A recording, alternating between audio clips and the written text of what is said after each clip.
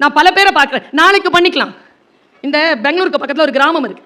அந்த கிராமத்தில் ஒரு வீடு, ஒரு தெரு இல்லை, ஒரு கிராமமே இருக்கு, ஒரு குட்டி கிராமம். அதில் ராத்திரி பேய் வரும். அதனால் ஆனால் அது எழுத படிக்க தெரிஞ்ச பேய். நீங்கள் இப்போ கூட கூகுள் பண்ணி பார்க்கலாம். எல்லோருடைய சுவர்லையும் நாளை வா என்று எழுதியிருப்பாரு. அது படிச்சுட்டு போயிடும். அடுத்த நாள் வரும், மறுபடியும் நாளை வான்னு. பேய்க்கு வேணாலும் நாளை வான்னு எழுதி வைக்கலாம். உன் வாழ்க்கைக்கு எழுதி வைக்கலாமா? நாளைக்கு படிச்சுக்கலாம். ஐயோ படித்து அப்படியே பட்டொலி வீசி பறந்துருவேன்.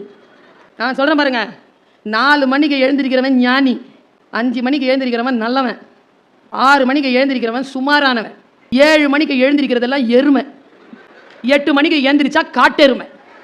சுப முகூர்த்தம்னால அந்த பிரம்ம முகூர்த்தத்தில் அப்படி எந்திரிக்க வேண்டாமா? 24 மணி நேரத்தை பிரிங்க. ஒரு டீச்சர் நான் சொல்லித்தரேன், நான் பிரிக்கிறேன். நான் குடும்பத்தின் தலைவியாக இருக்கிறேன் சொன்னா நம்பணும். காலையில் 7:45க்கு காலேஜுக்கு போய் சைன் பண்ணுறேன். 2 மணி வரைக்கும் காலேஜில் தான் இருப்பேன். அதுக்கு பிறகு தான் ஊரெல்லாம் சுற்றுறேன். நான் இருக்கிற இடத்துல யாரும் வந்து நீங்கள் பேச்சை கேட்கறது இல்லை. நீங்கள் எங்கே இருக்கிறீங்களோ அங்கே வந்து நான் பேசுகிறேன். Travel 4 hours to 5 hours travel. இதோ நான் மத்தியானம் 2:30 மணிக்கு கிளம்புனேன், 5:30 மணிக்கு வந்தேன். இதோ 1 மணி நேரத்தில் உங்கள் முன்னால் வந்து நின்று பேசிக்கிட்டு இருக்கிறேன். மறுபடியும் இதை முடித்த உடனே மறுபடியும் போயிடுவேன். நாளைக்கு எங்களுக்கு பெருநாள். இந்த கடமைகள் எல்லாம் முடிச்சுட்டு எனக்கு நிறைய வேலைகள். எப்படி நான் இதை வந்து செட் பண்ணுறேன் அப்படின்னா, யூ பிளான் அவர் டு அவர்.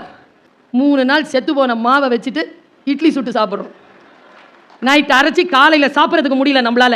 எதுனாலும் இப்போ இருக்கிறது ஆச்சரியமாக இருக்குங்க எனக்கு. வா, இப்போ ட்ரெஸ்ஸு மாற்றிக்கிட்டு ஹோட்டலுக்கு போய் கூட சாப்பிட்றதுக்கு முடிஞ்சு போச்சு. எல்லாம் இந்த சனியை நான் வச்சுக்கிட்டு ஆன்லைன் அதில் வருது பீட்சா. முதல் வார்த்தையே கெட்ட வார்த்தை. 750 ரூபா மேடம். நாங்கள் 3 பேர் மேடம் குடும்பத்தில்.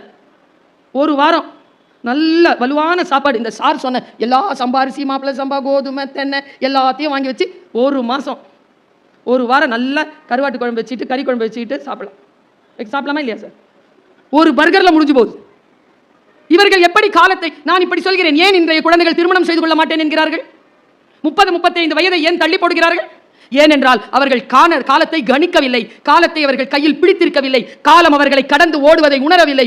ஓடியதற்கு பிறகு உட்கார்ந்து அழக்கூடியவர்களை திரும்பி பார்த்து சிரித்து விட்டு போகிறது காலம்.